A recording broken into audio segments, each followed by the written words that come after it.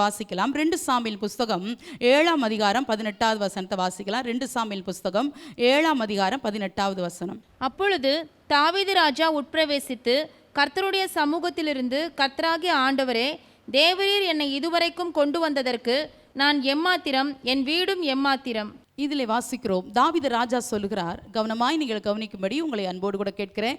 தாவீது ராஜா சொல்லுகிறார், தேவரீர் என்னை இதுவரைக்கும் கொண்டு வந்ததற்கு நானும் என் வீடும் எம்மாத்திரம் என்று சொல்லுகிறார். உள்ளத்தின் ஆழத்திலிருந்து ஒரு ராஜா தேவனை பார்த்து சொல்லுகிறார். என்ன சொல்லுகிறார் தெரியுமா? இவருக்கு, தாவீது ராஜாவுக்கு தேவனுக்கு ஒரு ஆலயத்தை கட்ட வேண்டும் என்று ஒரு ஆசை. ஆனால் ஆண்டவர் சொல்றாரு, மகனே, நீ ஆலயத்தை கட்ட வேண்டும் என்கிற ஆசை நல்லது, ஆனால் நீ கட்ட வேண்டாம், அது உன் கர்ப்ப பிறப்பாய் இருக்கிறவன் கட்டிக்கொள்வான். ஆகவே நான் உனக்கு ஒரு வீட்டை தருவேன் என்று ஆண்டவர் வாக்கு கொடுக்கிறார். நாத்தான் என்கிற தீர்க்கதரிசியை அனுப்பி தேவன் தாவீதோடு பேசும்போது தாவீதுடைய இருதயம் அகமகிழ்கிறது. ஆலயத்தில் போய் நின்று தேவனை நோக்கி பார்க்கிறான். எப்பா, என்னையவா இதுவரைக்கும் நீங்க கொண்டு வந்தீங்க? இதுவரைக்கும் என்றால் என்ன அர்த்தம்? இந்த நிமிஷம் வரைக்கும் என்ன கொண்டு வந்தீங்க.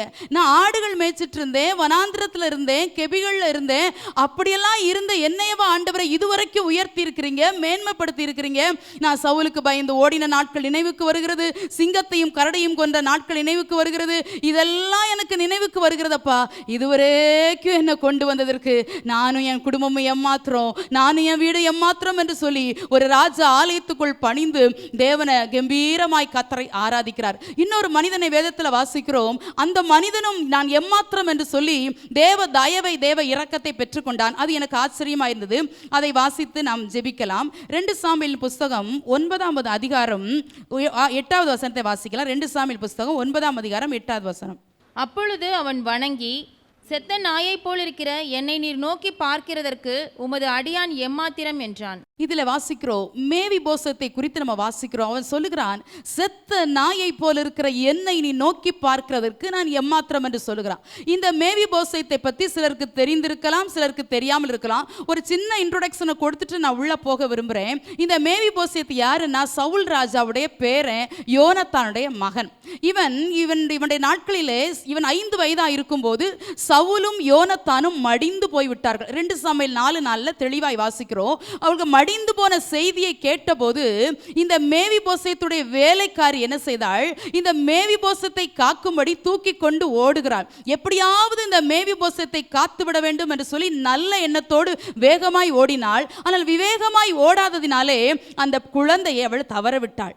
ஆகவே இவன் வாழ்நாளெல்லாம் முடவனாய் இருந்தான். நல்ல நோக்கத்தோடு தான் ஓடினாள். எப்படியாகிலும் இவனை காத்துவிட வேண்டும் என்றுதான் ஓடினாள். ஆனாலும் தவற விட்டு விட்டதினாலே 2 கால்களும் முடமாய் விட்டது. நீங்கள் கொஞ்சம் யோசித்து பாருங்கள். வயது 5 வயதுல வாழ்நாளெல்லாம் முடவனா இருக்கிறான். அவ செய்த கவனக்குறைவினால் செய்த ஒரு காரியம்.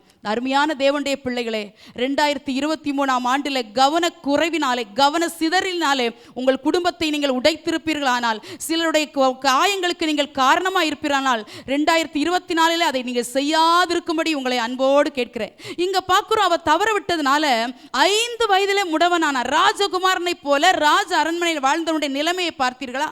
5 வயதில் அந்த பிள்ளைக்கு என்ன தெரியும்? பிஞ்சு குழந்தை அல்லவா? அந்த குழந்தை வாழ்நாள் எல்லாம் முடவனை போல வாழ்ந்து கொண்டிருக்கிறது. இப்படிப்பட்ட ஒரு சூழ்நிலையில இப்பொழுது அவன் வாலிபன் ஆன போதும் அவன் பயந்து போய் இன்னொரு இடத்துல போய் என்ன செய்யறான்? குடியிருக்கிறான். எருசலேமில் குடியிருக்க வேண்டியவன், ஆனாலும் அவனுக்கு குடியிருக்க முடியல. ஆகவே முடவனாய் இருக்கவன் இன்னொரு வீட்டில் மறைந்து இருக்கிறான். இந்த 2 சாமுவேல் 9ஆம் அதிகாரத்தில் நீங்க வாசித்து பார்க்கும்போது, 1ஆம் அதிகாரத்தில் வாசிக்கும் போது இந்த தாவீதுக்கு யோனத்தானை குறித்து ஞாபகம் வருது. ஐயோ, இந்த யோனத்தானுடைய ஃப்ரெண்டாச்சே, நம்ம இவனோட உடன்படிக்கை பண்ணினோமே, இவனும் நானும் சிநேகிதன் அல்லவா, அதனால இவங்க வீட்டில் யாருக்காவது நான் இரக்கம் செய்யணுமா அப்படின்னு நினச்சி அவன் யோசித்து பார்க்குறான். யாரை யோசித்து பார்க்குறான்? முடவனான மேவி போசேத்தை. உங்கள் வாழ்க்கை முடக்கப்பட்டு இருக்குதா? இந்த கடந்து வந்த ஆண்டில் உங்கள் வாழ்க்கையை நிறைய பேர் முடக்கி போட்டாங்களா? உங்கள் சுகம் முடங்கி போனதா? உங்கள் பலன் முடங்கி போனதா? உங்கள் ஆரோக்கியம் முடங்கி போனதா? எதெல்லாம் முடக்கப்பட்டுச்சோ கர்த்தர் இந்த ராத்திரி வேளையில் சில முடக்கங்களை கர்த்தர் விடுதலை ஆக்குவாராக. உங்கள் ஜெப வாழ்வு முடங்கி போயிருக்கலாம், உங்கள் பரிசுத்தமான வாழ்வு உங்களுக்கு வாழ்க்கையில் முடங்கி போயிருக்கலாம். எதெல்லாம் முடக்கப்பட்டுச்சோ, சத்ருவாலோ, சூழ்நிலையாலோ, குடும்பத்தாராலோ, யாராலோ உங்களுக்கு முடக்கப்பட்ட இருக்குமானால், மேவி போஸ் மேவிபோசேத்தின் தேவன் நம்முடைய தேவனாயிருக்கிறபடினாலே எல்லா முடக்கத்தையும் உனக்கு ஆசீர்வாதத்தின் வாய்க்காலாய் கர்த்தர் மாற்றுவார் என்று நான் ஆராதிக்கிற என் ஜீவனுள்ள தேவன் பேரில் ஆணையிட்டு சொல்லுகிறேன். கர்த்தர் உன் வாழ்க்கையில் இருக்கிற எல்லா முடவத்தையும் கர்த்தர் நிமிர செய்ய என் தேவனால் ஆகும், என் தேவனால் ஆகும். அவர் சொன்னால் செய்கிறவர், அவர் வாக்குத்தத்தை நிறைவேற்ற உண்மையுள்ளவராயிருக்கிறார். ஹல்லேலூயா. நன்றியோடு என் தேவனை துதிக்கிறேன். இவ்வளவு ஆசையா வளர்க்கப்பட்டிருந்திருப்பான். அப்பா ராஜாவுடைய மகன், தாத்தா ராஜா, எவ்வளோ அரண்மனையில் சாப்பாடெல்லாம் சாப்பிட்டு எவ்வளவு ஆசையா இந்த அரண்மனையில் வளர்ந்துருப்பான். நிலைமை தலைகீழாக மாறி போச்சு. ஒரே நிமிஷம் வாழ்க்கை முழுசும் கேள்விக்குறியா போச்சு. கர்த்தருடைய பிள்ளையே, கர்த்தர் உனக்கு தந்த பலன், உனக்கு தந்த ஆரோக்கியம், உனக்கு தந்திருக்கிற மேன்மை ரொம்ப நீங்கள் நன்றியாக இருக்கணும். ஒரு நிமிஷம் போதும் இதெல்லாம் நம்மளை விட்டு போகிறதுக்கு. இன்னைக்கு இருக்கிற பலன் நாளைக்கு இருக்குமான்னு தெரியாது. நான் கூட நினச்சேன், போன 2023 நம்மளோடு இருந்தவங்க இல்லை தான், எங்கள் குடும்பத்தில் இருந்த சிலர் கூட இல்லை தான். ஆனால் அடுத்த 2024 முடிக்கும்போது நீங்களும் நானும் கூட இருப்போங்கிறதுக்கு என்ன நிச்சயம் இருக்குது தெரியலையே.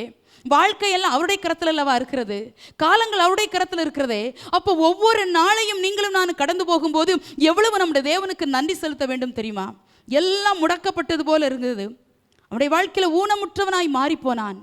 அது ஆகவே அவனை தேடியும் காணாதிருப்பாய் என்று சொல்லப்பட்டது போல அவனை எங்க இருக்கிறானே அடையாளம் தெரியாத அளவுக்கு அவன் ஒளிந்து கொண்டான். இதுதான் மேவிபோசேத்தின் நிலைமை. உங்கள் வாழ்க்கையும் கூட முடத்தின் நிலைமையை போல போய்கொண்டிருந்தாலும் கர்த்தர் இந்த ராத்திரி வேளையில் சில அனுகூலமான விடுதலைகளை கர்த்தர் நமக்கு அனுப்புவாராக. இப்போ இவன் என்ன செஞ்சிட்டான்னா, லோதைப்பார் என்கிற ஒரு இடத்துல போய் இவன் மறைந்து வாழ ஆரம்பித்தான். ஒரு நாள் 2 நாள் அல்ல, நேரம் ஆகிறதுனால சுருக்கமாக சொல்லிட்டு போகிறேன். 20 வருஷம் மறைஞ்சு வாழ்கிறான். யாரு? சவுல் ராஜாவுடைய பேரன், ராஜ பரம்பரையில் வந்தவன், ராஜகுலத்தின் சொத்தா வந்தவன், சொல்லப்போனால் இவன் கூட இளவரசனாய் வாழ்ந்திருக்க வேண்டியவன் 20 வருஷமா மறைஞ்சே வாழ்கிறான். இனி எனக்கு என்ன ஆண்டவரே இருக்கு? 2 காலம் போயிட்டுருப்பா, இனி வாழ்க்கை எனக்கு இருக்குதா? இல்லை. இனி யாருக்காக நான் வாழ்கிறேன்? அப்பாவும் செத்து போயிட்டாரு, தாத்தாவும் செத்து போயிட்டாரு, நம்பிக்கையும் போச்சு, எல்லாமே போச்சு. இனி யார் முகத்தில் முழிச்சு எனக்கு என்ன பிரயோஜனம்? ஏதோ ஜீவன் மட்டும் தப்பி இருக்குதுன்னு சொல்லி எங்கேயோ மறைந்து வாழ்ந்துகிட்டு இருக்கிறான். கர்த்தருடைய பிள்ளையே, மேவிபோசேத் என்றால் அவமானம் என்ற அர்த்தம். மேவிபோசேத் என்றால் அவமானம் என்ற அர்த்தம். அவமானத்தின் சின்னமாய் நீ அடையாளப்படுத்தப்பட்டாயோ, உன் குடும்பத்தார் உன்னை அவமானத்தின் சின்னமாய் உன்னை பரிகசித்து பார்த்து கொண்டிருக்கிறார்களோ, மறுபடியும் உனக்கு நம்பிக்கை தருகிற ஒரு வார்த்தையை சொல்லுகிறேன். மேவிபோசேத்தின் தேவன் நம்முடைய தேவனாய் இருக்கிறபடினாலே உன் அவமானம் எல்லாம் ஆசீர்வாதமாய் மாறும். உன் அவமானம் எல்லாம் ஆசீர்வாதமாய் மாறும்.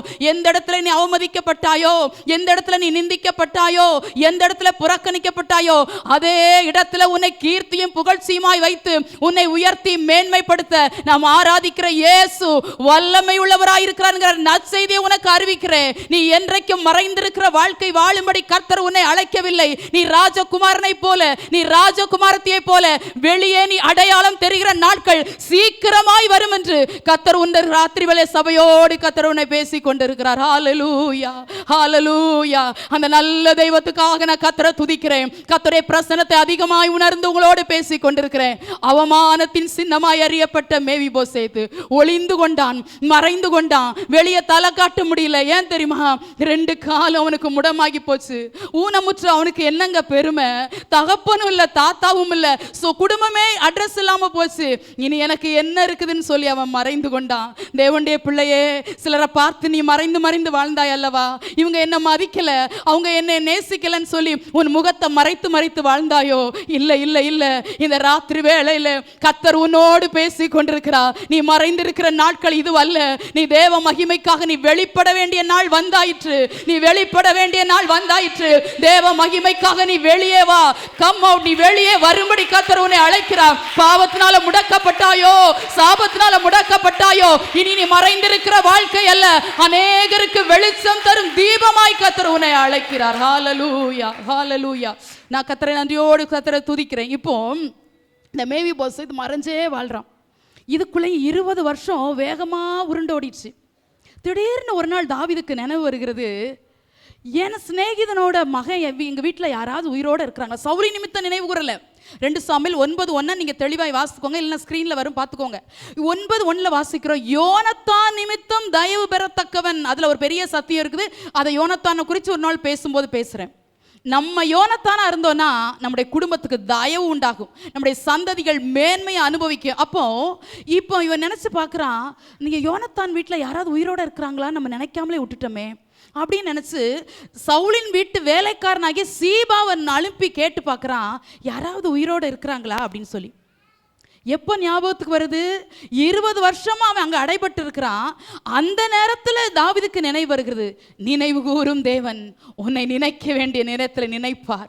எல்லாரும் உன்னை மறந்திருக்கலாம், எல்லாராலும் நீ கைவிடப்பட்டிருக்கலாம், எல்லாராலும் புறந்தள்ளப்பட்டிருக்கிறான்.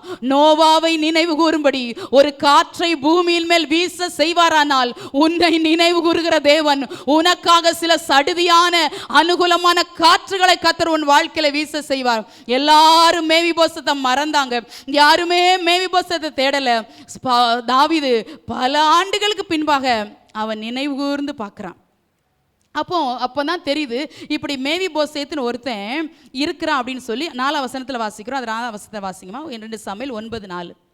அவன் எங்கே என்று ராஜா கேட்டதற்கு சீபா ராஜாவை பார்த்து, இதோ அவன் லோதேபாரிலே அம்மியேலின் குமாரனாகிய மாகீரின் வீட்டில் இருக்கிறான் என்றான். இதில் வாசிக்கிறோம், எங்கேயோ போய் ஒளிஞ்சுக்கிட்டான். மாகீரின் வீட்டில் இருக்கிறான். எங்க இருக்கிறான்? லோதேபாரில் இருக்கிறான். நல்ல கவனிங்க, எருசலேமில் இருக்க வேண்டிய ராஜ இளவரசன் லோதேபாரில் போய் தங்கி இருக்கிறான். லோதேபார் என்றால் மேய்ச்சலற்ற இடம், இருள் சூழ்ந்த இடம், வறட்சியான இடம் அர்த்தம். அங்க போய் இனி எனக்கு ஆசீர்வாதமே இல்லை என் வாழ்க்கையில, இனி என் வாழ்க்கையில செழிப்பே இல்லைன்னு சொல்லி பயந்து ஒளிஞ்சிட்டான். வெளியே வருவதற்கு அவனுக்கு இஷ்டம் இல்லை. ஏனென்றால் அந்த நாட்களில் ஒரு ராஜா வருவார் என்றால் அதுக்கு முந்தி யார் ராஜாவா இருக்கிறாங்களோ அவங்க குடும்பத்தெல்லாம் கொண்டு போட்டுருவாங்க. அதனால இவனுக்கு ஒரு பயம், தாவீது ராஜாவை வந்தாச்சு, ஏற்கனவே எங்க தாத்தாவை சவுலுக்கு எங்க தாத்தாவையே சவுல் தாவீதை கொல்ல பார்த்தவன், அதனால ஒருவேளை தாவீது என்னை போட்டு தள்ளிடுவானோ அப்படின்னு பயந்து போய் எதுக்கு வம்பு, நம்ம அட்ரஸ் இல்லாமல் எங்கேயோ ஒரு இடத்துல ஒளிஞ்சுக்கிடுவோன்னு சொல்லி ஒளிஞ்சு கொண்டான். லோதேபார் என்ற மேய்ச்சல் இல்லாத இடத்துல, ஒரு ஆசீர்வாதமற்ற இடத்துல அவன் ஒளிந்து கொண்டான். ஆனால் ஒரு நாள் தாவீதால் அவன் நினைவு கூறப்படும் போது தாவீது அவனை அழைத்து அனுப்ப, லோதேபாரில் இருக்கிற மேவிபோசத்தை இந்த தாவீது ராஜா அழைத்து அனுப்புகிறான். சரித்திரம் சொல்லுகிறது, ராஜா உன்னை கூப்பிடுகிறார் என்று மேவிபோசத்தை கூப்பிட்ட போது அவன் நான் வரமாட்டேன் என்றானா. ஏன் தெரியுமா? பயந்தான். இந்த தாவீது எனக்கு ஏதோ தீமை செய்து விடுவானோ என்று அவன் பயந்து ராஜாவுக்கு வந்து முன்பாய் நிற்பதற்கு அவன் பயந்து ஒளிந்து கொண்டிருந்தான். அருமையான கர்த்தருடைய பிள்ளையே, ஆனால் ராஜா அழைத்து அனுப்பின சத்தத்தை அவன் கேட்டு ராஜ சமூகத்தில் வந்து அவன் நின்றான் என்று சொல்லி கீழுள்ள வசனத்தில் வாசிக்கிறோம். இவன் லோதேபாரில் இருக்கிறான். இது போதும், இந்த இடம் எனக்கு போதும், இது மேய்ச்சல் இல்லாத இடமா இருந்தாலும் பரவாயில்ல, இருள் சூழ்ந்த இடமா இருந்தாலும் பரவாயில்ல, இதிலே நான் வாழ்ந்துக்கிறேன், நான் இனி எருசலேமுக்கு வரவே மாட்டேன், எனக்கு வேண்டவே வேண்டாம், எருசலேமை நினைச்சாலே பயமா இருக்குன்னு அவன் லோதேபாரில் இருந்துட்டான். தேவனுடைய பிள்ளையே, மறுபடியுமாய் உன்னை சொல்லுகிறேன், இந்த ஆண்டு முழுவதும் நீ லோதேபாரிலே குடியிருந்தாயோ, இருள் நிறைந்த வாழ்க்கை தான் உன் வாழ்க்கையோ, பாவம் நிறைந்த வாழ்க்கையில நீ வாழ பழகி கொண்டாயோ, தேவனை விட்டு தூரமாய் போனாயோ, உன் ஜெப வாழ்க்கை நீ துளைத்து விட்டாயோ, தேவனோடு இருக்கிற அன்பில நீ குறைந்து போனாயோ, நீ லோதேபாரில் இருக்கும்படி கர்த்தர் உன்னை அழைக்கவில்லை. நீ எருசலேமில் வாசம் பண்ண வேண்டிய நீ ஏன் நீ லோதேபாரில் மறைந்திருக்கிறாய் என்று கர்த்தர் கேட்கிறார். நீ குடியிருக்கிற இடம் லோதேபார் அல்ல. இன்றைக்கே கர்த்தர் உன்னை எருசலேமுக்கு நேராய் உன்னை அழைப்பு விடுக்கிறார். அவர் அழைக்கிறவர் சாதாரணமானவர் அல்ல. உங்களையும் என்னையும் உன்னதங்களே உயர்த்தி அழகு பார்க்கிற ஒரு ராஜாவை குறித்து நான் பேசிக் கொண்டிருக்கிறேன். எருசலேமுக்கு நீங்கள் வரும்போது தேவ பிரசன்னம் நிறைந்த இடம், தேவன் ஆசீர்வதிக்கிற இடம், தேவன் உயர்த்துகிற இடமாகிய இந்த எருசலேமுக்கு வரும்போது தேவன் மகா பெரிய உன்னதமான ஆசீர்வாதங்களால கர்த்தர் நம்மை ஆசீர்வதிக்க அவர் வல்லமை உள்ளவராயிருக்கிறார். யோபு 29:3 வாசிக்கிறோம், அவர் அருளின வெளிச்சத்தினால் இருளை கடந்து போனேன் என்று யோபு எழுதுகிறார். அப்போ இந்த லோதேபார் என்றால் இருள் நிறைந்த இடம்னு சொன்னேன் இல்லையா? இந்த இருளை அப்படி கடந்து வருவது சாதாரணமான காரியம் இல்லை. தேவன் அருளின வெளிச்சத்தினால மட்டும்தான் இருளை கடக்க முடியும். விட முடியலன்னு சொல்லி நிறைய பாவ பழக்கங்களுக்கு அடிமையாயிட்டே இருக்கிறீங்கள. யாருமே பார்க்கல, யாருக்குமே தெரியாது, மனைவிக்கு தெரியாது, கணவனுக்கு தெரியாது, ஒருத்தருக்கும் தெரியாது. வெளியே பார்க்கும்போது நல்ல பிள்ளைங்கிற வேஷம், ஆனா உள்ளத்துக்குள்ள போலியா வாழ்ந்துட்டு இருக்கிறது உங்களுக்கு தெரியும்ல. லோதேபாரில் வாழாத. லோதேபாரில் வாழ்ந்தா பரலோகத்துக்கு போகவே முடியாது. அது ஆண்டவர் நம்மளை அழைச்சிட்டார்ல, எருசலேமுக்கு வரும்படி அழைச்சிட்டாரு. இருள் மூடவே கூடாது. கிருபை தான் உங்களை மூடணும், அபிஷேகம் தான் உங்களை மூடணும், தேவ பிரசன்னம் தான் உங்களை மூடி நிற்கணும், அவருடைய மகிமை தான் உங்களை மூடி நிற்கணும். எப்போ மூடும்? எருசலேமுக்கு நேரம் வரும்போது தான் உங்களை மூடும். இப்போ இந்த மேவிபோசேத் வந்து ராஜ சமூகத்தில் வந்து நிற்கிறான். அப்போ மேவிபோசேத்தை பற்றி ராஜா கேட்குறாரு. மேவிபோசேத்தை 5 வசனத்தை வாசிங்க சிஸ்டர். 2 சாமுவேல் 9:5. அப்பொழுது தாவீது ராஜா அவனை லோதேபாரில் இருக்கிற அம்மியேலின் குமாரனாகிய மாகீரின் வீட்டிலிருந்து அழைப்பித்தான். இதில் வாசிக்கிறோம். இப்போ அவனுக்கு ஒரு அழைப்பு வருகிறது. எங்கேருந்து? அரண்மனையிலிருந்து ஒரு அழைப்பு, எருசலேமிலிருந்து அழைப்பு, ராஜாட்டிருந்து ஒரு அழைப்பு வருகிறது. கர்த்தருடைய பிள்ளையே, அழுது கொண்டு வந்தீர்களோ தேவ சமூகத்துக்கு? கண்ணீரோடு வந்தீர்களோ? எதற்கு ஆண்டவரே ஒரு புதிய ஆண்டுக்குள்ளே என்னை கூட்டிகிட்டு போறீங்கன்னு கேள்வியோடு வந்தீங்களா? இல்லை இல்லை இல்லை, உன் கண்ணீரை துடைப்பதற்கு அவர் போதுமானவராக இருக்கிறார். உன் இருதயத்தில் மறைந்திருக்கிற எத்தனையோ அந்தரங்கமான காரியம் உன் ராஜாவுக்கு தெரியும். எல்லாவற்றையும் நீ அறிக்கையிடு. உன்னை பார்க்கிறவர், உன் இருதயத்தின் ஆழங்களை பார்க்கிறவர். அவரை போல உன்னை என்னையும் புரிந்து கொள்வதற்கு இந்த உலகத்தில் வேறு யாரையும் சொல்லவே முடியாது. அவருடைய அன்பு மகா பெரியது, அவருடைய அன்பு மகா உன்னதமானது. அந்த அன்புக்கு கரை இல்லை, அந்த அன்புக்கு எல்லை இல்லை. அந்த அன்பை ஒரு எழுத்தால் எழுதிவிட முடியாது, அந்த அன்பை ஒரு வார்த்தையால் சொல்லிவிட முடியாது.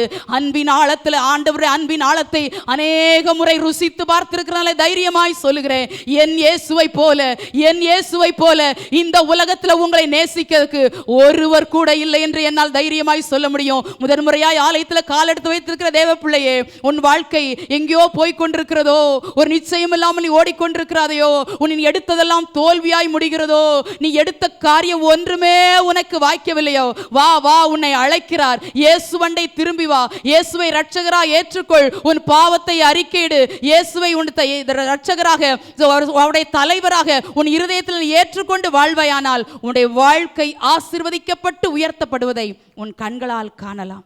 இங்கே மேவிபோசேத்துக்கு ஒரு அழைப்பு வருகிறது. இவன் வந்து ராஜ சமூகத்தில் நிற்கிறான், பயந்து நடுங்கி வந்து நிற்கிறான். எதுக்கு கூப்பிட்டுருப்பாரு? இத்தனை வருஷம் என்னை கூப்பிடாத தாவீது எதுக்கு என்னை கூப்பிட்டாரு? இப்போ போய் என்ன ஏன் நினைச்சாரு? என்னை கொல்ல போறாரா? நான் மட்டும் தான் மீதியா இருக்கிறேன்னு சொல்லி ராஜாவுக்கு எப்படியோ தெரிஞ்சிச்சா? என்னை பற்றி யாராவது சொல்லி கொடுத்தாங்களா ராஜாவுக்குன்னு சொல்லி பயந்து போய் ராஜ சமூகத்தில் வந்து இந்த மேவிபோசேத் நடுக்கத்தோடு நிற்கிறான். என்ன நடக்கும்னே தெரியாது. அதனால ராஜா சொல்கிறார் 5 வசனத்தில், சவுலின் குமாரனாகிய யோனத்தானின் மகன் மேவிபோசேத் தாவீதிடத்தில் வந்தபோது அவன் முகங்குப்புற விழுந்து வணங்கிட்டான். ராஜா பேசுறதுக்கு முன்னகுட்டியே இவனே ஆட்டோமேட்டிக்காக சரண்டர் ஆகிறான். இந்த சில குற்றங்கள் எல்லாம் செஞ்சுட்டு இந்த குற்றவாளியை தேடும்போது சிலவன் என்ன செய்கிறான்னா அவனா போய் சரண்டர் ஆயிடுவான் கோர்ட்டில். அந்த மாதிரி இப்போ மேவிபோசேத் சரண்டர் ஆகிறான். ராஜா என்னை கூப்பிட்டீங்களா? எதுக்கு கூப்பிட்டாருன்னு தெரியாது. உயிரோட வைப்பாரா? தண்டனை கொடுக்க போறாரா? வாழ்வா சாவா மரணமா ஜீவனா எதுவுமே தெரியாது மேவிபோசேத்துக்கு. ஆனால் ஒன்று செஞ்சுட்டான், நீர் என்ன செஞ்சாலும் பரவாயில்ல ராஜாவேன்னு சொல்லி ராஜாவுக்கு முன்பாக சாஷ்டாங்கமா விழுந்துட்டான். அப்போதான் ராஜா கூப்பிடுறாரு, மேவிபோசேத்தே. அந்த சத்தம் ரொம்ப நிறுத்தி வாசித்து பார்த்தேன். மேவிபோசேத்தே, மேவிபோசேத்தே. அருமையான கர்த்தருடைய பிள்ளைய, உன்னை பெயர் சொல்லி அழைக்கிற ஒரு தேவன் உண்டு. உன் பெயர் எல்லாராலும் மறக்கப்பட்டிருக்கலாம், உன் பெயர் அநேகருக்கு பிடிக்காமல் போயிருக்கலாம், உன் பெயரின் அர்த்தம் கூட தெரியாமல் நீ வாழ்ந்து கொண்டிருக்கலாம். உன் தாயின் கற்பத்தில் நீ உருவாக முன்பதாகவே பெயர் சொல்லி அழைத்தார். அது சாதாரண சத்தம் அல்ல. தாவீது கூப்பிட்டான் அல்லவா, மேவிபோசேத்தே என்று கூப்பிட்டான் அல்லவா. இந்த சத்தம் சாதாரண சத்தம் அல்ல, அது ராஜ சத்தம். அது ராஜ சத்தம், கம்பீரமான சத்தம். அந்த சத்தத்தில் கருணை உண்டு, அந்த சத்தத்தில் இரக்கம் உண்டு, அந்த சத்தத்தில் அன்பு உண்டு, அந்த சத்தத்தில் அதிகாரம் உண்டு. அதே சத்தத்தோடு உன் பெயரை சொல்லி அழைக்கிற ஒரு தேவன் நம்முடைய நடுவிலே உலாவி கொண்டிருக்கிறார். நம்முடைய தாயின் கற்பத்தில் உருவாகும் முன்பதாக, நம்முடைய தாய் உருவாகும் முன்பதாக, எலும்புகள் உருவாகும் முன்பதாக, நரம்புகள் உருவாகும் முன்பதாக உங்களையும் என்னையும் அறிந்து வைத்தாரே. இந்த தேவன் உன்னை மறப்பாரோ? இந்த தேவன் உன்னை கைவிடுவாரோ? உன் எதிர்காலத்தை குறித்து உனக்கு பயமா? உன் வியாதியை குறித்து உனக்கு பயமா? உன் பிள்ளைகளை குறித்து பயமா? நீ போய்கொண்டிருக்கிற பாதைகளை குறித்து உனக்கு நடுக்கமா? தைரியமாய் கர்த்தருடைய வார்த்தை உனக்கு சொல்லுகிறேன், நீ நம்பி தேவனண்டை வா, நீ நம்பி தேவனண்டை வா. உனக்காக இரட்சகராய் வெளிப்பட்ட இயேசு உன் வாழ்க்கை அவருடைய கையில் நீ ஒப்பு கொடுப்பாயானால் இந்த புதிய ஆண்டு உனக்கு ஆசீர்வாதமாய் இருக்கும். 365 நாட்களும் உனக்கு நல்ல காலமாய் இருக்கும் என்று பலிபீடத்திலிருந்து உங்களை ஆசீர்வதித்து என்று சொல்லுகிறேன். ஏனென்றால் மேவிபோசேத்தின் தேவன் நம்முடைய தேவனாயிருக்கிறார். மேவிபோசேத்தின் தேவன் அவர் நம்முடைய தேவனாயிருக்கிறார். இப்போ அவர் பெயர் சொல்லி அழைச்சிட்டான். மேவிபோசேத்தே அப்படின்னு கூப்பிடுறான். அப்பதான் மேவிபோசேத்துக்கு ஜீவனே வந்திருக்கும். அப்பா இப்பதான் ஜீவனே வருதா அப்படின்னு என்ன செய்வாரோ நடுங்கினா பார்த்தீங்களா. அந்த அன்பு நிறைந்த சத்தம் மேவிபோசேத்தே அப்படின்னு கூப்பிடும்போது நான் இதை தியானிக்கும் போது நினைச்சேன், ஒரு தாவீது உலக பிரகாரமான ஒரு ராஜா தான். அந்த ராஜாவுடைய சத்தமே இவ்வளோ பவர்ஃபுல்லாக இருந்திருக்குன்னா, வண்ட சராசரங்களை படைச்ச ராஜா நம்மளை கூப்பிடுறாரே பெயர் சொல்லி, எவ்வளோ சந்தோஷம் தெரியுமா நமக்கு. அதெல்லாம் அறிஞ்சிருந்தா தான் அதெல்லாம் சந்தோஷப்பட முடியும்.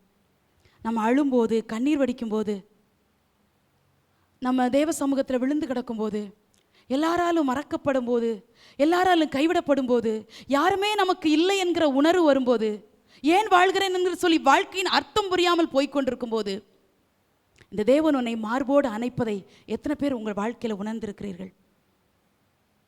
ஏன் தயவு வந்தது? ஏன் மேவிபோசத்துக்கு தயவு வெளிப்பட்டது? யோனத்தானை நினைத்து பார்க்கிறான். மேவிபோசத்துக்காக தயவு இல்லைங்க, மறுபடியும் சொல்றேன், 2 காலும் மேவிபோசத்துக்கு முடமா இருந்ததுனால தயவு கிடைக்கல. யோனத்தான் நிமித்தம் தயவு உண்டானது. யோனத்தான் நிமித்தம் தயவு. நீங்களும் நானும் தேவனுக்கு பிரியமுள்ள பிள்ளைகளாய் வாழ்வோமானால் நம்முடைய பிள்ளைகளுக்கு தயவு கிடைக்கும். நம்முடைய பிள்ளைகள் ஆசீர்வதிக்கப்பட்டிருப்பார்கள். நம்முடைய பிள்ளைகள் உயர்த்தப்பட்டிருப்பார்கள். எப்போ? தாயாகிய நீங்களும், தகப்பனாகிய நீங்களும், பாட்டியாகிய நீங்களும், தாத்தாவாகிய நீங்களும் தேவனுக்கு பிரியமாய் வாழ்வீர்கள் என்றால், நம் நிமித்தம் நம்முடைய சந்ததியை கர்த்தர் உயர்த்தி கொண்டு கண்மலை மேல் நிறுத்தி நம்முடைய சந்ததியை ஆசீர்வதிக்கிறவர். இப்போ இவர் ராஜா கூப்பிடுற மேவிபோசேத்தே அப்படின்னு சொல்லி கூப்பிடுறாரு. ஏன் அப்படி கூப்பிட்டாரு தெரியுமா? இந்த தாவீதும் யோனத்தானும் 1 சாமுவேல் 18:3, 1 சாமுவேல் 20:16 உடன்படிக்கை பண்றாங்க. யோனத்தான் உயிரோடு இருக்கும்போது ஒரு நல்ல காரியம் செஞ்சுட்டு போயிட்டாரு. நான் நினைக்கிறேன் யோனத்தான் தீர்க்கதரிசியோ என்னமோ தெரியல, நம்ம ரொம்ப நாள் வாழ மாட்டோமோ அப்படின்னு நினைச்சாரோ என்னமோ தெரியல, அடுத்த ராஜா தாவீதுன்னு சொல்லி ஃபிக்ஸ் பண்ணிட்டார் இருதயத்தில். சவுலுக்கு அது கொஞ்சம் கூட பிடிக்கல.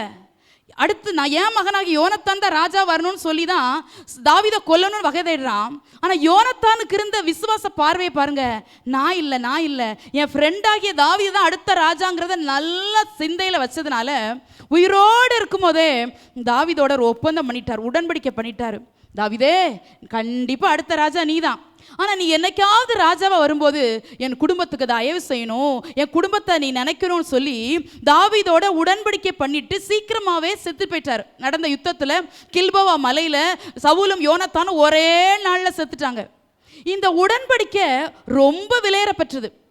ரொம்ப விலையேறப்பெற்றதா இருந்ததுனால, தாவீதும் உண்மையுள்ள தேவ மனசனா இருந்ததுனால அந்த உடன்படிக்கைக்கு உண்மை உள்ளவனா வாழ விரும்பினான். அதனால 2 காலும் முடமா இருந்தாலும் கூட பரவாயில்ல, உன்னை நான் அழைக்கிறேன், உன்னை நான் கூப்பிடுறேன், உன்னோடு பேசுறேன்னு சொல்லி இந்த மேவிபோசத்தை தன் பக்கமாக கொண்டு வந்து பேசுறான். எதனால பேசினார் தெரியுமா? எத்தனையோ ஆண்டுகளுக்கு முன்பா பண்ண உடன்படிக்கை தாவீது மறக்கல. தேவனுடைய பிள்ளையே, இன்னைக்கு ஏன் ஜீவனோடு வந்து நிற்கிறோம் தெரியுமா? நம்மளை கூட கர்த்தர் போட்டு தள்ளணும்னா இந்த வருஷத்தில் என்னைக்கோ குழி தோண்டி போதிச்சிருக்கலாம். 124 சங்கீதத்தை வாசித்து பாருங்க. மனுஷர் நமக்கு விரோதமாக எழும்பின போது கர்த்தர் நமது பக்கத்தில் இராவிட்டால், கர்த்தர் தாமே நமது பக்கத்தில் இராவிட்டால், அவர்கள் கோபம் நம்மேல் எரிகையில் நம்மை உயிரோடே விழுங்கியிருப்பார்கள், நம்மை உயிரோடே விழுங்கியிருப்பார்கள். மனுஷர் மாத்திரமல்ல, பலவீனம் நம்மை விழுங்கி போட்டிருக்கோம், சூழ்நிலைகள் விழுங்கி போட்டிருக்கோம், சத்துருக்கள் விழுங்கி போட்டிருப்பாங்க. ஏன் இன்னைக்கு ஜீவனோடு காத்தார் தெரியுமா? சிலுவையில் உங்களுக்காக எனக்காக இரத்தத்தினால ஒரு உடன்படிக்கை பண்ணிட்டாரு. அந்த இரத்தத்தினால பண்ணின உடன்படிக்கை நிமித்தமா உங்களை என்னை மீட்டு கொண்டதுனால தான் இன்ன வரைக்கும் கர்த்தர் ஜீவனோடு நம்மளை கர்த்தர் காத்து வருகிறார். உடன்படிக்கையின் தேவன் உண்மை உள்ளவராக இருக்கிறாரு. அது மாதிரி இந்த மேவிபோசேத்தும் இதை யோனத்தானும் தாவீதும் பண்ணின உடன்படிக்கை நிமித்தமா மேவிபோசேத்தை அவர் நினைவு கூறுகிறார். நினைவு கூர்ந்து இந்த மேவிபோசேத்தை கூப்பிட்டு பேசுறாரு. 2 சாமுவேல் 9ஆம் அதிகாரம் 7ஆம் வசனத்தில் வாசிக்கிறோம். தாவீது அவனை பார்த்து, நீ பயப்படாதே. முதல்ல சொன்ன வார்த்தை என்ன தெரியும்? பயந்து போய் வந்தான்ல மேவிபோசேத்து, முதல்ல சொன்ன வார்த்தை எது தெரியுமா? பயப்படாதே. கர்த்தருடைய பிள்ளையே நீ பயப்படாதே, தேவ ஜனமே நீ பயப்படாதே, சபையே நீ பயப்படாதே, சகோதரனே சகோதரி நீ பயப்படாதே. மேவிபோசேத்தின் தேவன் நம்முடைய தேவனாய் இருக்கிறபடினாலே, நம்முடைய பட்சமாய் பேசி நம்மை ஆதரிக்கிற தேவன் நம்மோடு இருக்கிறபடினாலே, தினமும் நடத்துகிற ஒரு தேவன் நம்மோடு இருக்கிறபடினாலே, எதை குறித்து நீ பயப்பட வேண்டிய அவசியம் இல்லை. குடும்பத்தை குறித்தும் பயப்பட வேண்டிய அவசியம் இல்லை, எதிர்காலத்தை குறித்தும் பயப்பட வேண்டிய அவசியம் இல்லை. உன் சிந்தையை உடைக்கிற உருவ குத்துகிற எந்த காரியத்தையும் குறித்து நீ பயப்பட வேண்டிய அவசியம் இல்லை. பயப்படாதே, நான் உன்னோடு இருக்கிறேன் என்று ஒரு சொன்ன தேவன் உன்னோடே இருக்கிறார். அவர் விலகியே போகல. இப்போ மேவிபோசேத்தை பார்த்து ராஜா சொல்றாரு, நீ பயப்படாத. ஏன் நான் நினைக்கிறேன் இந்த வார்த்தை சொல்ல முன்னாடி மேவிபோசேத்து நடுங்கிக்கிட்டே நின்றுப்பான். அவனுக்கு நிற்க முடியாது, தவழ்வான். யோசித்து பாருங்க, எவ்வளவு பரிதாபமா நிலைமை பாருங்க. 2 காலம் இல்லாதவனுக்கு என்னங்க மதிப்பு? யாரும் அவனை திரும்பி கூட பார்த்துருக்க மாட்டாங்க. ஊனமுற்றவன் எப்படி வாய் திறந்து தைரியமா பேசுவான் தெரியும், பார்த்துருக்கீங்களா? இல்லையே. நான் ஒரு நாள் ஒரு இடத்துக்கு போயிட்டு வரும்போது ஒரு சிறு பையனை நான் பார்த்தேன். அவன் 2 சக்கர நாற்காலியிலே உட்கார்ந்திருக்கிறான். அவனுடைய கைகளும் செயல்படவில்லை, அவனுடைய கால்களும் செயல்படவில்லை. அவனை ரோட்டில் ஒரு ஓரமாய் உட்கார வைத்திருந்தார்கள். அவன் கழுத்தில் ஒரு அட்டை தொங்கவிடப்பட்டிருந்தது, எனக்கு உதவி செய்கிறவர்களை இறைவன் ஆசீர்வதிப்பார் என்று. எல்லாரும் அந்த வழியாய் போனார்கள், வந்தார்கள். நான் திரும்பி பார்த்தேன், அவனுக்கு உதவி செய்வார் ஒருவரும் இல்லை. நான் என்னுடைய பேட்ஸில் இருந்த ஒரு பணத்தை எடுத்து அவனுடைய கைகளில் கொடுத்தேன். அவனுக்கு வாயும் பேச முடியாது போல கண்ணி நிறைந்த கண்களோடு என்னை பார்த்தான். நான் சொன்னேன், தம்பி இயேசு உன்னை நேசிக்கிறார். அவனுக்கு அதுக்கு தலையாட்ட தான் முடிஞ்சே ஒழிய அவனுக்கு வாய் திறந்து பேச முடியவில்லை. அப்பொழுது நான் நினைத்தேன், ஊனமுற்றவர்கள் எவ்வளவு பாவம் என்று. அதே நிலைமை தான் மேவிபோசேத்திற்கு. அவன் ஊனமுற்றிருந்தனாலே அவன் வீட்டில் தவழ்ந்தே பழக்கம். இந்த நாட்களானால் வீல் சேர் இருக்கிறது, என்னமெல்லாம் வசதிகள்லாம் வந்துவிட்டது. ஆனால் அந்த நாட்களில் ஒன்றும் இருக்காதல்லவா. தவண்டே வாழ்க்கையில் வந்தவன் இப்போ அரண்மனைக்குள்ளே தவண்டு வருகிறான். அவன் ஒரு இளவரசன், ராஜ கம்பீரமாய் நடக்க வேண்டியவன், எருசலேமில் வாசம் பண்ணியிருக்க வேண்டியவன், அரண்மனை சாப்பாட்டை சாப்பிட்டிருக்க வேண்டியவன். லோதை பார்லே மறைந்து மறைந்து இருந்து இருள் அவனை மூடிக்கொண்டபடினாலே அவன் வெளியே வருவதற்கு இஷ்டமில்லாமல் ராஜ அழைப்பை தவிர்க்க முடியாமல் தான் இன்னைக்கு வந்து நிற்கிறான். ஆகவே முதல் வார்த்தை அவனுக்காக வருகிறது. ராஜா தைரியத்தோடு பேசுகிறார், நீ பயப்படாதே, தேவ பிள்ளையை நீ பயப்படாதே. உனக்காக பரிந்து பேசுகிற தேவன் ஒருவர் உண்டு, உனக்காக வழக்காடுகிற ஒரு தேவன் உண்டு, உன்னுடைய நியாயத்தை அவர் கையில் எடுத்துகிற நடத்துகிற ஒரு தேவன் உண்டு, உனக்காக பிணைப்படுகிற ஒரு தேவன் உண்டு, உனக்காக பரிந்து பேசுகிற ஒரு தேவன் உண்டு. நாம் ஆராதிக்கிற தேவன் சாதாரணமானவர் அல்ல, அவர் அசாதாரணமானவர். வேதத்தில் ஒரு வார்த்தை எனக்கு பிடிக்கும், சமுத்திரத்தை குலுக்குகிறவர் என்கிற நாமம் உடையவராம். எவ்வளவு பெரிய நாமம் பார்த்தீர்களா? சமுத்திரத்தை குலுக்குகிற நாமம். அது சாதாரண நாமம் அல்ல, பேய்களும் நடுங்குகிற நாமம், நோய்களும் ஓடுகிற நாமம், இருள் விலகுகிற நாமம். அந்த நல்ல நாமத்தை உடைய தெய்வத்தை தான் நீங்களும் நானும் ஆராதிக்கிறோம். இப்பொழுது அவன் சொல்கிறான், பயப்படாதே. எதுக்கு மேவிபோசேத்து பயப்படுற? அப்பா இல்லைன்னு பயப்படுறியா? தாத்தா இல்லைன்னு பயப்படுறியா? எனக்கு 2 காலு இல்லைன்னு பயப்படுறியா? டோ பயப்படாத. அப்படின்னா என்ன அர்த்தம்? மறைமுகமா நான் இருக்கிறேன்னு சொல்றான். ஒரு ராஜா தைரியமா வாக்கு கொடுத்த பாருனால் அவர் நம்மோடு இருக்கிறார். தேவன் நம்மோடு இருக்கிறார். தேவன் நம்மோடு இருக்கிறார். அவர் ஒரு நாள் விலகலை, ஒரு நாள் கைவிடலை. இப்போ பயப்படாதேன்னு சொன்ன உடனே அப்போ தான் மேவிபோசேத்துக்கு கொஞ்சம் ஆறுதல் வந்திருக்கும். அப்படி பயப்படாதே அப்படின்னு சொல்லிட்டு, உன் தகப்பனாகிய யோனத்தான் நிமித்தம் நான் நிச்சயமாய் உனக்கு தயவு செய்து உன் தகப்பனாகிய சவுலின் நிலங்களை எல்லாம் உனக்கு திரும்ப கொடுப்பேன் அப்படின்னு சொல்றார். முதல்ல பயப்படாதேன்னு சொல்லி ஆறுதல் தர்ற மாதிரி பேசினாரு. இப்போ சொல்றாரு, நீ இழந்துட்டில, எவ்வளோ நிலம் இருந்திருக்கும் பாருங்க. சவுல் என்ன சாதாரணமானவனா? சமஸ்த இஸ்ரவேலுக்கு ராஜா. நம்மளை மாதிரி 10 சென்ட் 5 சென்ட் நிலம் வச்சு வாழ்ந்தவர் இல்லை சவுல் ராஜா. எத்தனை ஏக்கரை வளைச்சு போட்டாரோ, எத்தனை இடத்த வாங்கி போட்டாரோ தெரியல. இப்போ மேவிபோசேத்துக்கு பேரில் ஒன்றுமே இல்லை, எல்லாத்தையும் எடுத்துக்கிட்டாங்க. ஏன்? இவன் ஊனமுற்றவன், நீ நடக்க முடியாதவன்ப்பா, உனக்கு எதுக்கு? நம்முடைய வாழ்க்கையில் இருக்கிற ஊனத்தை குறை சொல்றாங்களா? ஊனமுற்றவங்க நம்ம யாரும் இல்லாமல் இருக்கலாம், ஆனால் நம்முடைய பலவீனமாகிய ஊனத்தை குற்றம் சாட்டுறாங்கல்ல, நம்முடைய சுபாவத்தில் ஏற்படுகிற ஊனத்தை குற்றம் சாட்டுறாங்கல்ல. நீலாம் ஒரு ஆளா? நீலாம் ஒரு மனுஷியா? நீலாம் ஒரு மனுஷனான்னு சொல்லி எத்தனை பேர் நம்மளை அற்பமா என்னாங்க தெரியுமா? அற்பமா எண்ணாத ஒரே தேவன், எங்கேயும் விட்டு கொடுக்காத ஒரே தேவன், சொந்தம் என்று சொல்லிக்கொள்ள வெட்கப்படாத ஒரே தேவன் யார் தெரியுமா? அந்த பரம தகப்பன் ஒருவர் மாத்திரம்தாங்க. அந்த பரம தகப்பன் ஒருவர் மாத்திரம்தான். நீங்களும் நானும் நல்ல நிலைமையில இருப்போமானால் அநேகர் நம்மை ஏற்றுக்கொள்வார்கள். நம்முடைய வாழ்க்கை கொஞ்சம் பரிதபிக்கிற நிலைமையில இருக்குமானால் நம்மளை சொந்தம் என்று கூட சொல்லிக் கொள்வதற்கு வெட்கப்படுகிற எத்தனையோ கூட்டத்தின் நடுவில் நீங்களும் நானும் வாழ்கிறோம். ஒருவரை கூட அற்பமா எண்ணி புறந்தள்ளாத தெய்வத்தை ஆராதிக்கிறோம். தேவ பிள்ளையே, ஒருவேளை இந்த ராத்திரி வேளை உடைக்கப்பட்ட இருதயத்தோடு நீ தேவ சமூகத்தில் வந்து நிற்கலாம். எல்லாராலும் மறக்கப்பட்டேன், எல்லாராலும் உடைந்த பாத்திரத்தை போலானேன், இனி என்னுடைய உலகத்தில் எந்த நம்பிக்கையும் இல்லை என்கிற சூழ்நிலைக்கு வந்திருக்கலாம். ஆனால் மேவிபோசேத்துக்கு மறுபடியுமாய் வாழ்வளித்த தேவன் உனக்கு மறுபடியுமாய் ஒரு நித்திய வாழ்வை தர அவர் உண்மையும் நீதியும் உள்ளவராயிருக்கிறார். இப்போ அவர் சொல்றாரு, மேவிபோசேத்து கேட்கல, ஏன் எங்கள் அப்பா நிலத்தெல்லாம் எடுத்துக்கிட்டீங்க, ஏன் எங்கள் தாத்தா நிலங்களாம் எடுத்துக்கிட்டு சொல்ல முடியல. ஏன்னா கால் இல்லை பார்த்தீங்களா? அந்த ஊனம் அவனுடைய முழு வாழ்க்கையுமே கேள்விக்குறியா மாற்றி வச்சுச்சு பாருங்க. இதை தியானிக்க தியானிக்க என் கண்கள்லேருந்து கண்ணீர் வடிஞ்சிச்சு. அருமையான கர்த்தருடைய பிள்ளையே, நீ கூட இப்படி இருக்கிறியா? உன் நியாயத்தை யார்ட்டையும் சொல்ல முடியலையா? யாருமே உன்னை புரிஞ்சுக்கிட முடியலையா? உன் உள்ளத்தை உடைச்சு ஊத்துறதுக்கு யாருமே இல்லையா? மரியாள் தைலத்தை உடைச்சு அப்பாவோட சமூகத்தில் ஊத்திட்டா. அது வாழ்நாளெல்லாம் அவள் சேர்த்த சேமிப்புடைய மொத்த பணத்தை கொடுத்து அந்த தைலத்தை வாங்கினான். அந்த தைலத்தை வாங்கி அப்பாவுடைய பாதத்தில் ஊற்றுற அளவுக்கு நீங்களும் நானும் பணக்காரிகளா இல்லாமல் இருக்கலாம். ஆனால் இருதயம் ஆகிய தைலம் உன்ட்ட இருக்குதுல்ல, அந்த இருதயத்தை உடைச்சு அப்பா சமூகத்தில் ஊற்றிரு, அது போதும். உன் இருதயத்தை உடைச்சு தேவ சமூகத்தில் ஊற்றுற பாரியா, அது அவர் காணிக்கையா ஏற்றுக்கொள்வார், அது பிரியமா ஏற்றுக்கொள்ள. நீ ஏன் மனசற்று போய் அழுற? மனுஷன் உனக்கு ஆறுதல் சொல்வான்னு ஏன் நினைக்கிற? இல்லை இல்லை இல்லை இல்லை, மனுஷன் கொடுக்கிற ஆறுதல், ஊழியக்காரங்களாகி நாங்கள் கொடுக்கிற ஆறுதல் கூட மட்டுப்பட்டதுதான், அது குறை உள்ளதுதான். என் தெய்வத்தை போல உன்னை ஆற்றுவதற்கு, என் தெய்வத்தை போல உன்னை தேற்றுவதற்கு, என் தெய்வத்தை போல உன்னை தூக்கி எடுப்பதற்கு இந்த உலகத்தில் ஒருவரும் கூட கிடையாது. அதனால மேவிபோசேத்தை பார்த்து சொல்றான், எங்கெல்லாம் நிலம் இருக்குன்னு சொல்லு. இந்த காலத்து வழக்கத்தின்படி சொன்னா, உன் பத்திரத்தெல்லாம் கொண்டா, எடு, உன் பட்டாவெல்லாம் எடு, நான் இருக்கிறேன், நாளைக்கே இந்த நிலத்தெல்லாம் உன் கையில் மீட்டு தர்றேன்னு சொல்லி நம்பிக்கையோடு இழந்த நிலங்களை எல்லாம் மீட்டு மேவிபோசேத்து பேரில் கொடுக்குறான். தேவ பிள்ளையே, நீ எதை இழந்துட்ட? சுகத்தை இழந்தாயா? சமாதானத்தை இழந்தாயா? குடும்ப உறவை இழந்தாயா? குடும்பத்தில் இருக்கிற ஒரு மனதை இழந்தாயா? எதை நீங்கள் இழந்துட்டீங்கன்னு அழுதுட்டு இருக்கிறீங்க? இழந்தது ரெட்டிப்பாய் திரும்ப வரும். அதே நிலைமையில் அல்ல, இழந்தது ரெட்டிப்பாய் உனக்கு திரும்ப வரும். நீ ஜெப வாழ்க்கை இழந்திருக்கலாம், உன் பரிசுத்த வாழ்க்கை இழந்திருக்கலாம், தேவனோடு சபையோடு இருக்கிற ஐக்கியத்தை இழந்திருக்கலாம். மறுபடியும் நீ தேவனண்டை திரும்பி வருவாயானால் நான் ரெட்டிப்பு என்று சொல்வதை விட பல மடங்கு உன்னை திருப்பி கொடுத்து உன்னை அதே ஸ்தானத்தில் உயர்த்தி உன்னை அழகு பார்க்கிற தேவனைத்தான் உங்களோடு பேசி கொண்டிருக்கிறேன். இப்போ எல்லாம் அவனுக்கு திரும்ப கொடுப்பேன் என்று சொல்றாரு.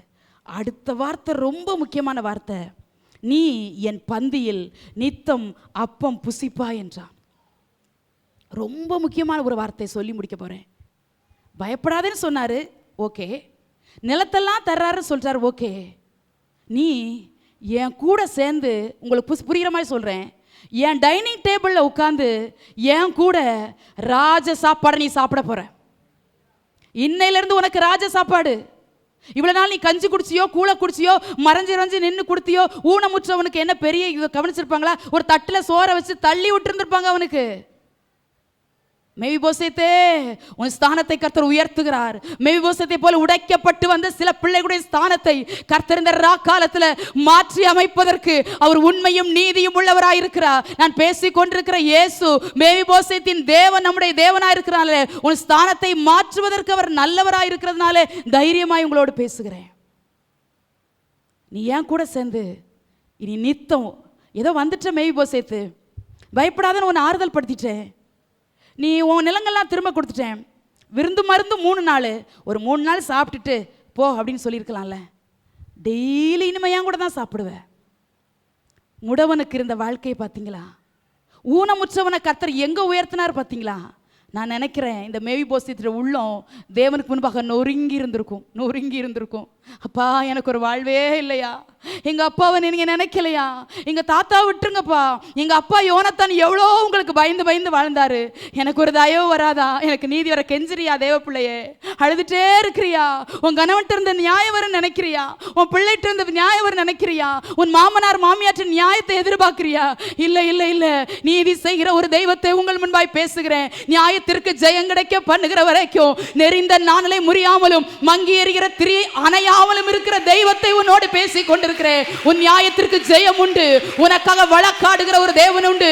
உனக்காக பரிந்து பேசுகிற ஒரு தேவன் உண்டு. ஹல்லேலூயா! எவ்வளவு நல்ல தேவன் பாருங்க. டெய்லி நீ என் கூட சாப்பிடுவ. இது சொல்லும்போது உன்னத பாட்டில் எனக்கு ஒரு வசனம் ஞாபகம் இருக்குது. அவர் என்னை விருந்து சாலைக்குள்ளே அழைத்து கொண்டு போனார். யார் அழைத்து கொண்டு போவார்? நேசருடையவள், நேசருடையவன் அப்படிங்கிற அந்த ஸ்தானத்தில் வந்து நிற்கிறவங்கள விருந்து சாலைக்குள்ளே அழைத்து கொண்டு போகிறார். இப்போ மேவிபோசேத்துக்கு ராஜ வாழ்வு. நல்லா கவனிங்க, முடிக்க போகிறேன். 20 வருஷம் கழித்து அரண்மனையை பார்க்குறான். 20 வருஷம் கழித்து எருசலேமுக்கு வந்திருக்கிறான். எருசலேமை மறந்துருப்பான். தூத்துக்குடியை விட்டு ஒரு 10 வருஷம் வெளியே போயிட்டு வந்தா நமக்கே சிலர் தூத்துக்குடி மறந்து போயிடும், எந்த எந்த எந்த தெருவில் யார் இருந்தான்னு. 20 வருஷம் கழித்து அரண்மனையை பார்த்துருப்பான். ஆன்னு பார்த்துருப்பான். 5 வயசில் அரண்மனையை விட்டு ஓடின மேவிபோசேத்து. அவனுடைய வாழ்க்கை முடமாக்கப்பட்டுச்சு.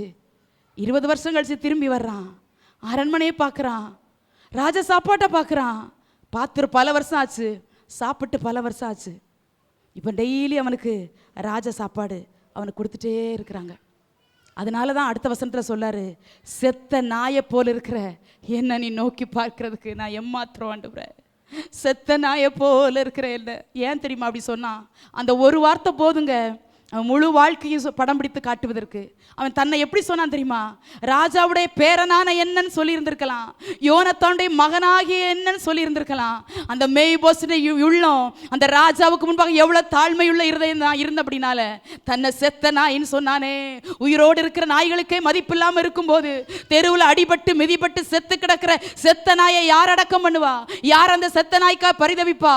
அதை போல இருந்த என்னையவா ராஜா நீ நோக்கி பார்த்தீர்? தேவனுடைய பிள்ளையே, தைரியமாய் அதிகாரத்தோடு ஒரு வார்த்தையை உன்னோடு பேசுகிறேன். செத்த நாயை போல இருக்கிற உங்களையும் என்னையும் கர்த்தர் நோக்கி பார்த்ததுனால தான் இன்னைக்கு ஜீவனோடு வந்து அழகாய் தேவ சமூகத்தில் வந்து தேவனை கம்பீரமாய் ஆராதித்துக் கொண்டிருக்கிறோம். செத்த நாயை போல இருந்த நம்முடைய வாழ்க்கை தேவனால மறுபக்கமாக்கப்படும்படி தேவன் நம்மை அழைத்து கொண்டு வந்திருக்கிறார். இந்த மேன்மையை மறந்துடாதீங்க, இந்த மேன்மையை மறந்துடாதீங்க.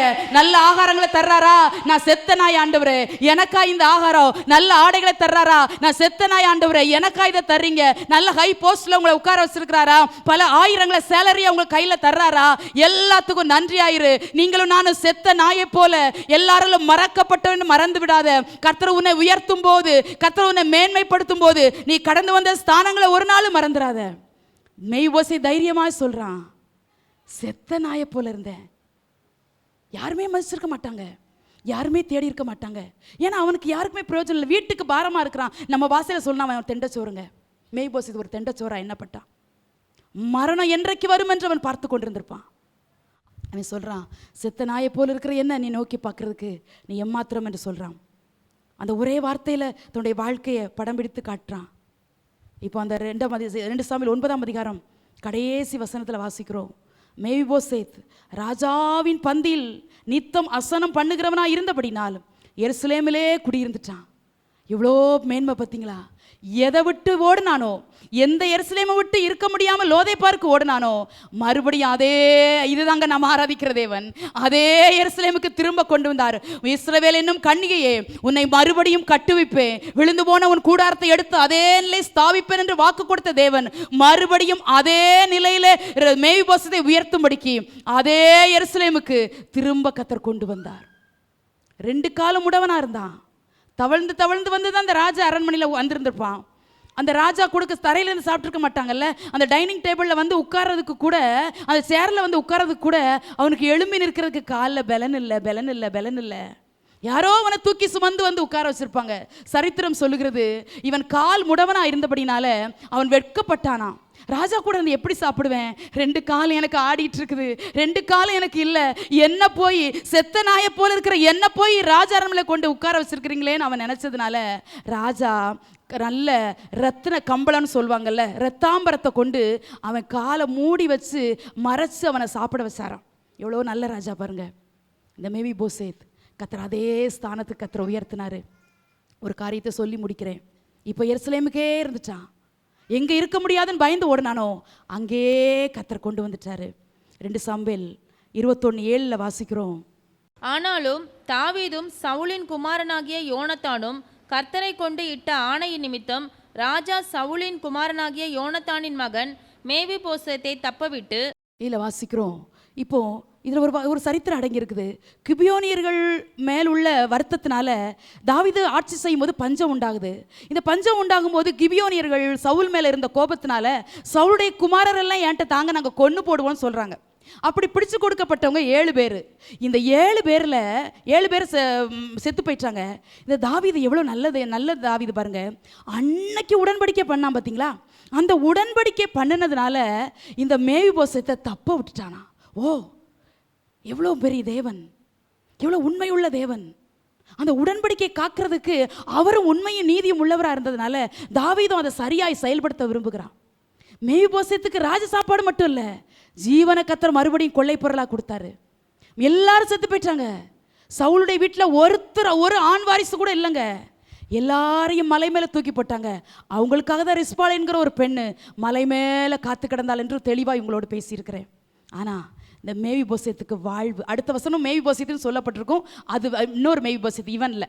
அதனால் அதை குழப்பிக்கிடாதீங்க, வீட்டில் போய் வாசித்து பாருங்க. ஆனால் இந்த மேவிபோசேத்துக்கு ஜீவன் கிடச்சிது, வாழ்வு கிடச்சிச்சு, ராஜ போஜனம் கிடச்சிச்சு, ராஜ அரண்மனையில் குடியிருக்கிறான். எதனால் தெரியுமா?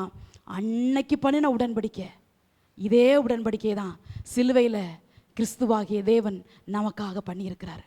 அந்த உடன்படிக்கையினால நம்மளை தப்ப விட்டார். வந்துச்சு வியாதி, அலைகள் வந்தது, புயல்கள் வந்தது, வெள்ளங்கள் வந்தது, கண்ணீர்கள் வந்தது, சோதனைகள் வந்தது, போராட்டங்கள் வந்தது. முடிஞ்சிட்டுன்னு நினைச்சோம், அவ்வளோதான் நினைச்சோம், மூழ்கி போயிட்டோம் நினைச்சோம், இனி வழி இல்லைன்னு நினைச்சோம். தப்ப விட்டார், தப்புவித்தார், ஏந்தினார், சுமந்தார், காத்தார். ஏன் தெரியுமா? உடன்படிக்கையின் தேவன் உண்மை உள்ளவராக இருந்ததுனால, உடன்படிக்கையின் தேவன் உண்மை உள்ளவராக இருந்ததுனால. கர்த்தருடைய பிள்ளையே, மேவிபோசத்தை போல அவமானத்தின் சின்னமாய் அடையாளப்படுத்தப்பட்டாயோ, லோதை பார்ல குடியிருக்கிறாயோ, இன்றைக்கு கர்த்தர் உனக்கு ஒரு ராஜ அழைப்பை இந்த வருஷத்தின் கடைசியில உனக்கு கொடுக்கிறா. எருசலேமுக்கு வா மகனே, நீ எருசலேமுக்கு வா. எருசலேம் என்றால் என்னவென்று கேட்கிறாயா? தேவ சபைக்கு வா, இயேசுவண்டை திரும்பி வா, உன் பாவங்களை அறிக்கையிடு. இரத்தத்தினால் உடன்படிக்கை செய்த தேவன் உன் பாவங்களை கழுவி உன்னை சொந்த பிள்ளையா உன்னை ஏற்றுக்கொள்ள உண்மையும் நீதி உள்ளவராக இருக்கிறார். ஒரு நாள் மாத்திரம் மேய்போசத்துக்கு ராஜ சாப்பாடு அல்ல, நித்தமும் கர்த்தர் உன்னை நித்தமும் நடத்தி மகா வறட்சியான காலங்களில் உன் ஆத்துமாவை திருப்தியாக்கி உன்னை நீர்ப்பாசலான தோட்டத்தை போல புதிய ஆண்டு முழுவதும் உன்னை நடத்துவதற்கு நல்ல தேவனாய் இருக்கிறபடினாலே மேவிபோசத்தை போல அழுது கொண்டு மறைந்திருந்த நாட்கள் போதும். நீ தேவனண்டை திரும்பி வருவாயானால் இந்த புதிய ஆண்டு முழுவதும் உன்னை நேர்வழியாய் ஒரு தேவன் உன்னை நடத்துவதை கண்டு நீ ஆச்சரியப்பட முடியும். ஆண்டுகள் முடிந்தாலும் ஆயுளை தொடர செய்திருக்கிறார். பாடுகள் வந்தாலும் பயணத்தை தொடர செய்திருக்கிறாள். வருத்தங்கள் வந்தாலும் வாழ்நாளை கர்த்தர் கூட்டி தந்திருக்கிறார். இதை விட வேறு என்ன வேண்டும் என்று உங்களை கேட்கிறேன். வார்த்தையை முடிக்கப் போகிறேன். நன்றி நிறைந்த இருதயத்தோடு இந்த தெய்வத்துக்கு முன்பதாக என்னை சமர்ப்பணமாக்கி, என்னை அழைத்த தெய்வனை சமர்ப்பணமாக்கி இந்த வார்த்தையை முடிக்கப் போகிறேன். நீ மேவிபோசாத்த வாழ்ந்து கொண்டிருப்பாயானால் நீ இருக்கிற இடம் லோதைப்பார் அல்ல, நீ எருசலேமுக்கு வா. 2 சாமுவேல் 19 கூட நீங்கள் வாசித்து பார்க்கும்போது அப்சலோமுக்கு பயந்து ராஜா ஓடுகிறான், தாவீது ராஜா ஓடுகிறான். நிறைய பேர் ராஜாவோடு கூட போகிறாங்க. அப்படி கூட போகும்போது ராஜாவுடைய கண்கள் மேவிபோசத்தை தேடுகிறது. மேவிபோசத்தை சொல்ல நேரம் இல்லை, இன்னொரு நாள் சொல்லி முடிக்கிறேன். மேவிபோசத்தை நீ வராமல் போனது என்ன? ஒரு ராஜாவுடைய கண்கள் மேவிபோசத்தை பார்க்குது. கூட்டம் கூட்டமாக ராஜாவோடு போகிறாங்கங்க. சாதாரணமானவர்கள் தாவீது ராஜா மேன்மையாக உயர்த்தப்பட்ட பின்பு நடக்கிற சம்பவம். ஆனால் ராஜாவுடைய கண்கள் மேவிபோசத்தை தேடுகிறது. மேவிபோசத்தை ஏன்பா நீ வரல? உன்னையும் உன் குடும்பத்தையும் கர்த்தர் ஆலயத்தில் தேடுகிறார், சபைக்குள்ளே உன்னை தேடுகிறார், எருசலேமாகிய தேவ பிரசன்னத்தில் உன்னை தேடுகிறார். மறந்து விடாதே. நீ மேவிபோசத்தை போல நீ அழுது கொண்டிருந்தால் இன்றைக்கு தேவனண்டை திரும்பி வருவாயானால் புதிய ஆண்டு முழுவதும் உன்னை நேர்த்தியாக நடத்துவதற்கு அவர் உண்மை நீதி உள்ளவராக இருக்கிறார். புதிய ஆண்டு ஒவ்வொரு நாட்களும் உனக்கு நல்ல காலமாக இருக்கும். உன் தேவனுடைய கரத்தை பிடித்துக்கொள், அவர் உன்னை நேர்த்தியான வழிகளை நடத்துவார். கர்த்தர் தாமே நம்மை ஆசீர்வதிப்பாராக.